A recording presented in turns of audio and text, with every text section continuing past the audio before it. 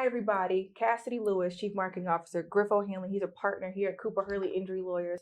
We're going to take about 20 minutes or so and talk about our top 12 questions that we get from clients and intakes, okay? So you guys listen in, okay? Griff, we're going to hop right in. Okay.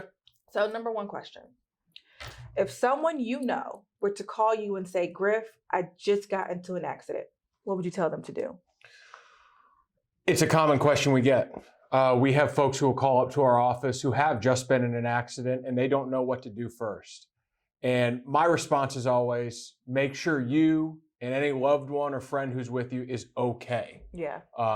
Health is first and foremost the utmost priority. You know, we understand that there is a concern about making sure that if you have a legal claim, that you protect it and that you don't do anything to hurt it. Right. But first and foremost, make sure you're okay. Get checked out by emergency medical personnel if they respond, or get in and see a doctor or at a hospital to make sure that you're okay and anyone that was with you was okay. So first and foremost, that's what I would tell anyone right off the bat if they had just been in an accident. Yeah, absolutely. Also, I'm going to do a quick plug because we get this question so often that we created something called the collision card. Okay, and it's here. If you want one of these, leave us a comment and we will share with you the link on how to get it. And we ask people to keep the collision card in your wallet right next to your insurance card. And it gives those steps about what to do immediately after an accident. We've had people that we know give this card to complete strangers on the street, and it's helped them a lot. So order one, order as many as you like. Griff, I'm going to hop into question number 2. What are some common things that people forget to do at the scene of the accident that can hurt their claims? So I wouldn't necessarily say that there's something that they could forget to do that would really impact their case. Instead, I would flip it and say, what are the most important things that I should do at the scene? Okay. To make sure that I've protected my claim going forward. Again, get yourself checked out medically. Make sure your health is in line and that everyone that was with you was okay. But secondly, if you are okay and you're able to get up and move around, pictures of the vehicles and the roadway. Always important to document where the cars were after the crash, the property damage that was done to the vehicles, and what the roadway was like at the time of the collision. The second thing that I would always suggest that you do at the scene, if possible, is to get the names of any witnesses and their contact information. You know, it's hard to track people down after they've come and rendered aid and told you that they saw it.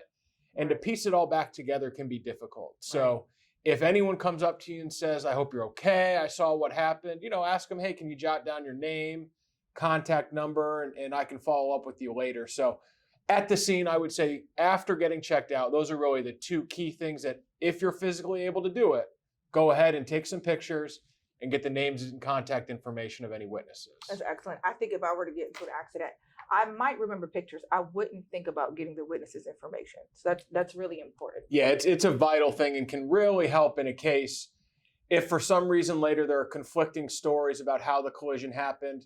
You know, nothing can be more important than an independent witness who can verify, no, this is what I saw. I have no dog in this fight. Right. And this is what I saw, and this is how the collision happened. Right. Excellent.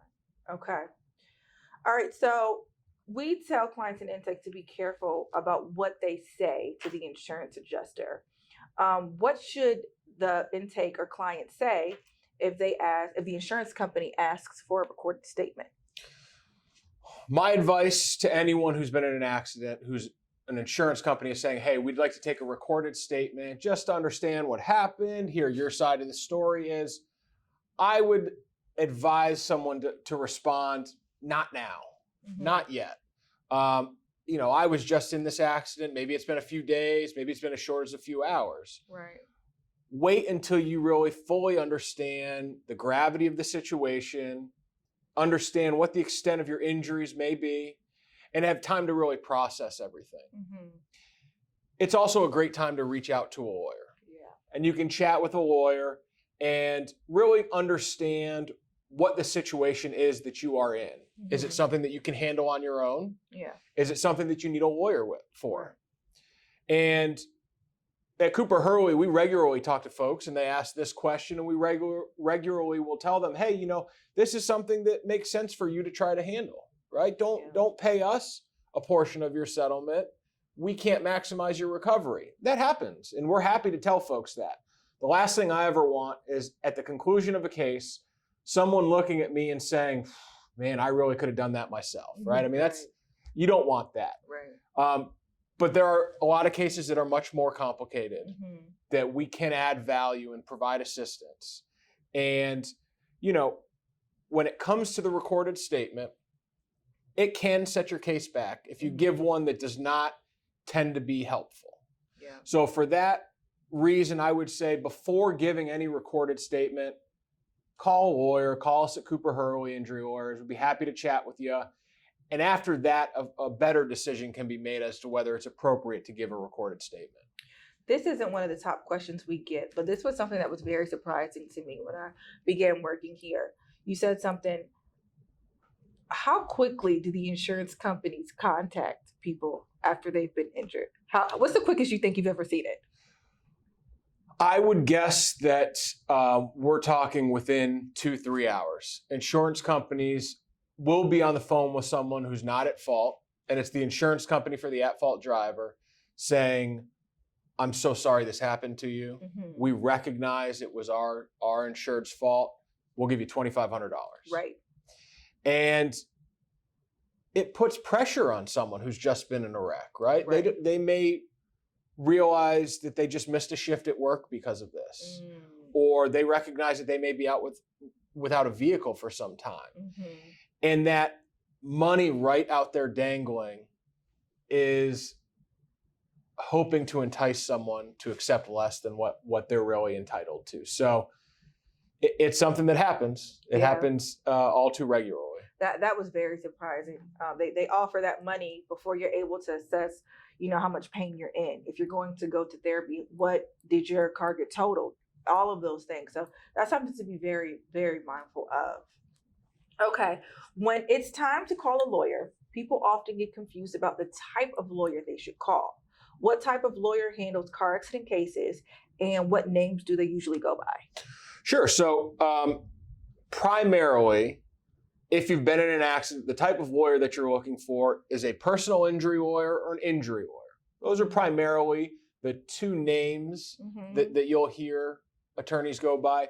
Sometimes they'll say a car accident lawyer or an accident lawyer. Those can be some other types of phrases that attorneys like myself would use to describe the type of work we do and the type of law we practice. So that's what you'd be looking for. It's someone who's a civil litigator would be the phrase as well that you'd hear. So a car accident case is civil litigation, where I would bring a lawsuit against someone else and ask for a financial recovery. That's opposed to a criminal lawyer, which we all know and see on Law and Order and TV, right? So someone who's been charged with a crime. So personal injury lawyers are civil litigators. And, you know, here at Cooper Hurley, personal injury is all we do. That's it. Now that's important. Why does that matter? That's all we do here at Cooper Hurley Injury Lawyers? There's a few reasons. One that I would highlight is that every area of the law differs, right? There's family law for divorce and custody and adoption. There's criminal law for folks who've been charged with crimes.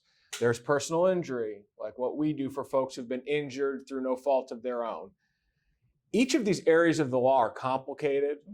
They evolve and change. There's new rules that come out. There's new requirements. So having a firm who exclusively practices in personal injury, one of the benefits is we're on top of those changes because personal injury is all we focus on. I don't have to worry about changes to family law, or I don't have to worry about changes to the criminal code or anything like that. I get to focus all my attention on what is the state of the law and best practice in personal injury. So that's one of the primary benefits. The second is frankly, if you're with someone who does the same thing every day, they're just getting better at their craft. So, you know, there's the 10,000 hours rule, right? Once you've done something for 10,000 hours, you're technically an expert at it. So if all I do every day is injury cases, I'm just hopefully getting better at representing folks who've been hurt. And, we have so many years of experience here at Cooper Hurley Injury Lawyers between our lawyers and staff. So I think it's of great benefit to our folks that we don't do anything but injury work here. Right. I know I've seen it, we went and we hired the family attorney, or a family friend or something like that, and he focuses on criminal, but knowing that there are nuances to every practice area is important. And hiring a personal injury lawyer when you've been in an accident is extremely important to your case. Okay, so I'm going to talk about one of the tips that we talk about in this literature piece. It's called Top 19 Tips After a Car, Truck, or Motorcycle Accident. So I'm referring to this. And also, all of our resources are free. If you drop a comment, we'll send you whichever one you like. Tip number 8 says that paralegals and legal assistants help with several aspects of your case. Can you explain what these team members do and why their work is so important? Our office could not run without legal assistants and paralegals. They are essential to the practice of law. One of the things that they are most qualified to do and most well suited to do is to help bridge the gap for a client between I know nothing about the law and I've just hired a scary lawyer, right? There's nothing. People don't want to deal with lawyers. It's uncomfortable. Maybe they never have done so before. And it's helpful to have that bridge between the new injured client and myself, where my staff member is less intimidating maybe, or more comfortable for our client to speak to. So it's essential. It's essential. And the paralegals and staff help us build a trustful relationship with our clients. My paralegal Candace is essential in everything that I do. Without her, I'd be lost on several of the things. So the paralegal and staff are the engine that keep us moving. There's no doubt about it. And there are some things that only a lawyer can do, right? Only a lawyer can go to court, and only a lawyer can host a deposition. And while we're doing those things, the staff is able to, and the paralegals are able to do a number of tasks in the office to keep everyone's case moving forward. Otherwise, it grinds to a halt when I'm in court or when I'm in a deposition. So without the paralegals and legal assistants here, we'd be lost. Agreed, 100%. Okay, tip number 11 says that recovery may be limited by the defendant's insurance coverage. What does that mean? It's an unfortunate reality. All too often, I've represented folks who have significant injuries, have incurred a substantial amount of past medical bills, and have lost out on a significant amount of wage from their employment. When we are pursuing a claim, one of the practical limitations that we unfortunately face are the insurance limits that the at-fault driver carries. And unfortunately, as the law stands right now in Virginia, those limits are only $25,000. And with the cost of medical care rising as each day passes, you can readily understand how those medical bills can quickly rack up to over $10,000, over $20,000, over $30,000 in the face of just a $25,000 insurance policy. Right. And that's, just to be clear, the $25,000, that's the minimum our state requires a driver to have. But a driver can have more than $25,000. Okay. And one of the things I always tell folks is you need to protect yourself against that driver who just carries the bare minimum of $25,000.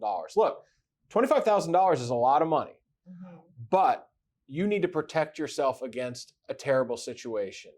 And the way you do that is you purchase higher limits on your own insurance policy, which can provide to you what's called underinsured motorist protection.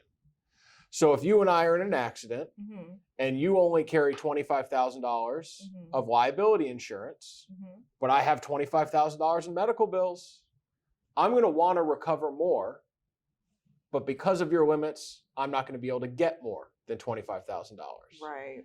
But if I've done the smart thing and I carry $100,000 in underinsured motorist protection, my own insurance company can step in and help out.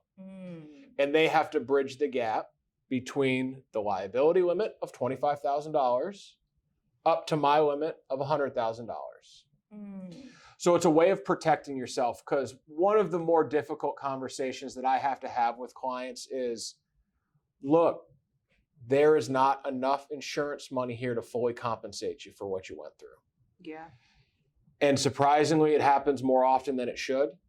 But the way that you out there can protect yourself from having to have that conversation with me is you need to carry high underinsured motorist limits. It'll increase your premium, but if you ever find yourself in this situation, you'll be happy you did. Right. That's really important. You should definitely reach out to your insurance company to find out what that increase may look like. All right. Question number 8. What if the at-fault driver does not have insurance? What happens then? So that dovetails right back into what we were just talking about. So your own insurance limits. Underinsured motorist protection is that situation that I just discussed where you have limits that are less than me, and then my insurance company steps in. You have $25,000, I have $100,000, I've protected myself. In that same situation, although the minimum insurance limits are $25,000 in Virginia, some folks just don't carry insurance, despite the requirement of the law. So if you're one of those folks and you cause a wreck and cause me injury, I can utilize that $100,000 in coverage that I have in what's called uninsured motorist protection, and uninsured motorist coverage. So that same limit that you're using to protect yourself against the minimally insured at-fault driver equally applies if that person's uninsured. So again, it's well worth the extra premium that you pay. And I know it's tough, right? Insurance rates are not cheap, and it's expensive to increase your coverage. But insurance is really designed to be there in the event of a catastrophe, right? And helping you put things back together. So for those reasons, increasing your own coverage is of vital importance to protect yourself if someone hurts you and does not have enough coverage themselves. That's good, Griff. That's really, really important. Okay, so I've hired an attorney and started the claims process. How and when will I get paid? This is a 2-part question. Also, how am I supposed to pay for my treatment and medical bills in the meantime? So let's just answer the first one. What I got in an accident, hired an attorney, started the claims process. When do I get a check cut? This is probably the most common question I'm asked. And a combination of these two, right? When am I going to get compensated for something that wasn't my fault? And the second one that you mentioned of, well, if it's going to take that long, how do I do all this in the meantime? Understandably, it's the number one concern that people have when they first come to us. The first question is really impossible to answer that early on. And what I try to do is I try to provide guidance to help folks understand why it may take longer than expected. The injury process is actually a relatively slow-moving process at the outset.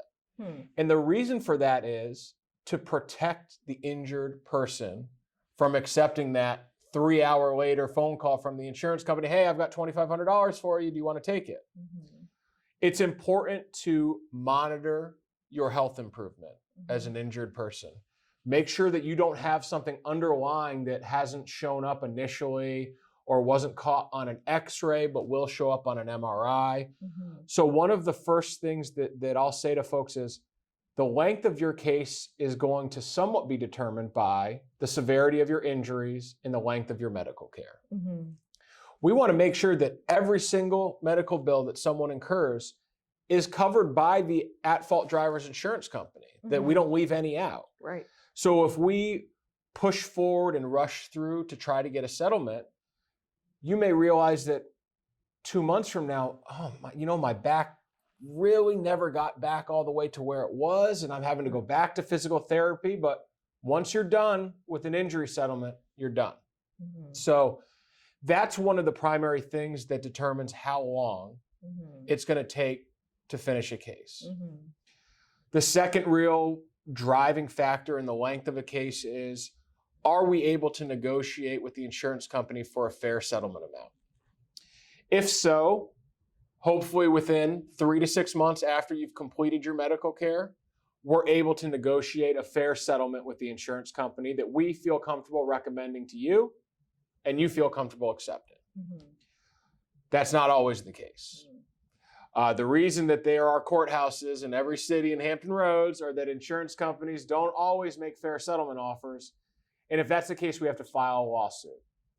And that's the litigation process, and that can take months, over a year. It just depends. And with COVID, it slowed everything down even more. Sure. So being able to assess how long a case is going to take or when is an injured person going to get their check is so very case specific. But my general guidance is, once you've completed your medical care, about 6 months later, we're hopeful that we've been able to get you a fair settlement offer, make sure everything's going to be covered by it, make sure that you aren't walking away holding any sort of outstanding medical bill or anything along those lines. And that's a very rough timeline, I would say. Mm-hmm. Once you throw in the litigation process, though, if the insurance company hasn't made a fair offer, Right. it's really hard to say. It can go on. If it goes all the way to trial, it can last longer than 12, 18 months. Okay. So it's taken 12, 18 months. Okay. What do I do with these medical bills? They're coming in. What do I do? I finished therapy. They're expecting money. What do I do? Number one thing I would say, make sure each and every medical provider that you see has your health insurance information.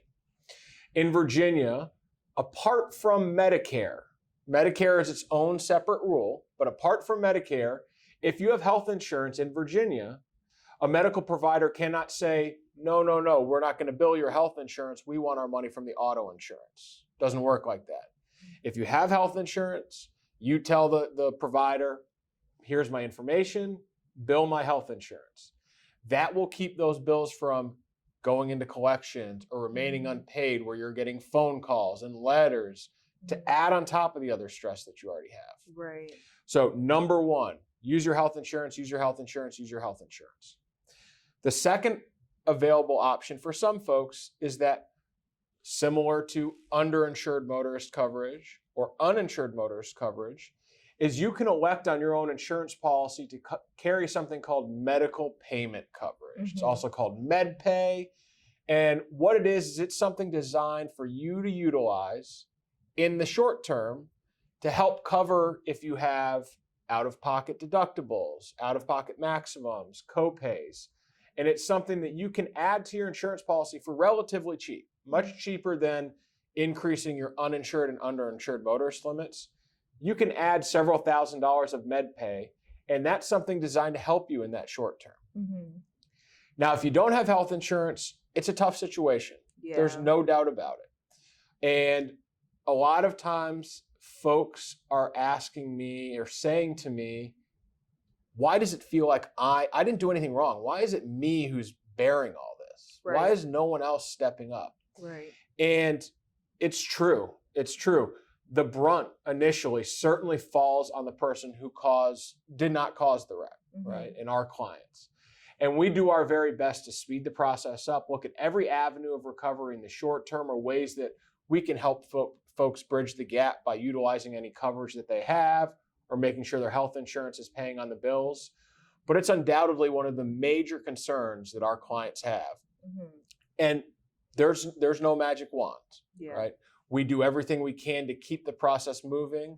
And our hope is that in the end, we will have helped make up for that. Yeah. That what we're able to recover can help make up for it. But it's undoubtedly an added pressure that folks don't realize unless they're going through the process. Right, right. And I believe we definitely make a lot of clients happy. If you ever have time, I would encourage you to visit our results page where we talk about, this is what the insurance company offered our client, and this is what we were able to get them 10 times, 15 times, 33 times more than what the insurance company offered. Okay. So tip number 16 says, that if you wait too long to seek treatment, then the adjusters could question your injuries. How would that hurt your case? All in all, there are, I would say, a handful of things that insurance companies and adjusters will use to attack a claim. Okay. One of those things that they regularly will use will say, hey, there's this significant delay between when the crash happened and when your client went to get treatment. 2 weeks, 3 weeks, a month, something like that. Or, hey, your client went to the emergency room or patient first or some urgent care facility right after the wreck, but didn't see anyone again for a month. Mm-hmm. The implication that the insurance company will try to make is, how could you be this hurt if you weren't getting medical care? Your client is embellishing this, or else they would have gotten medical care. Right.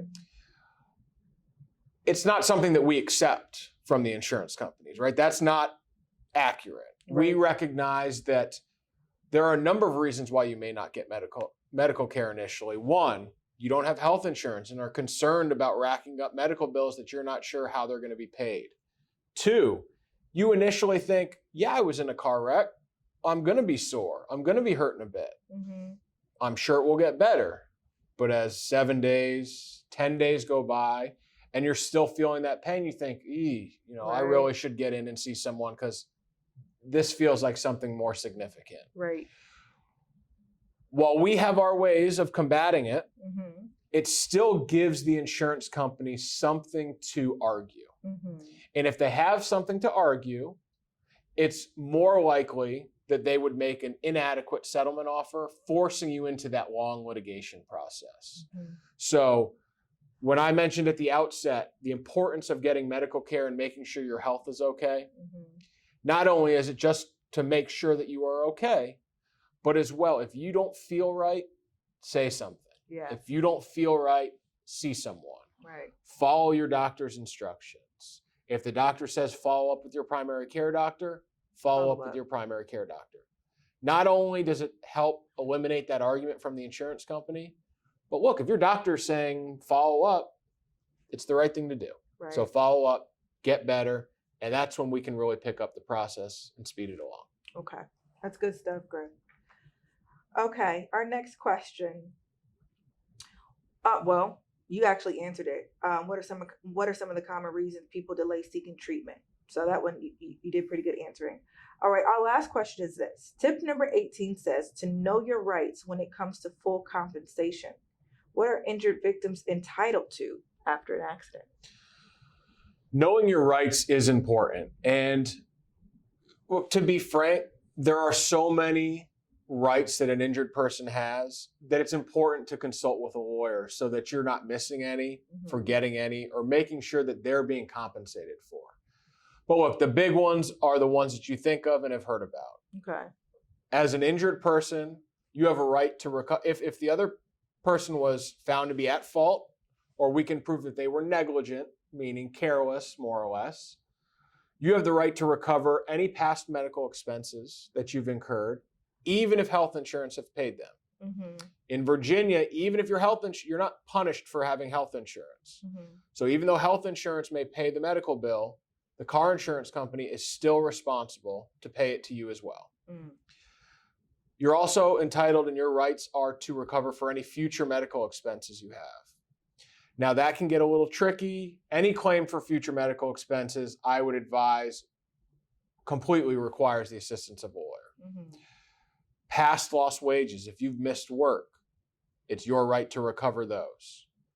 Pain, suffering, inconvenience, dollar figures are put on each of those elements of damage, and you are entitled to recover from them. Now, there are obviously great levels of damage that come straight to mind that you can think of, oh my God, loss of a limb, a deformity, anything like that can happen in some of the most terrible wrecks. Right. But for most folks, the major elements that they can recover for are going to be past medical expenses and lost wages. Now, this doesn't take into account the property damage. That's really separate and apart from the injury issue. So in an injury claim, you're looking at medical bills, and lost wages is just the baseline, and then you go from there. Okay. You guys, those are some of our top questions. By far, not all that we get on any given day or week here at Cooper Hurley Injury Lawyers. You heard why it's so important to work with an injury lawyer specifically, especially one that only handles injury law. If you guys have any additional questions, you can give us a call at 757-333-3333. You can also visit our website for our collision card, our book. You can't see it, but there's Griff's face right there. He co-wrote the book with our other partners. And then top 19 tips. So thank you guys again for joining us. I hope you learned something. I know I did. We'll see you guys next time. Bye-bye. Take care. Cooper Hurley Injury Lawyers 333-3333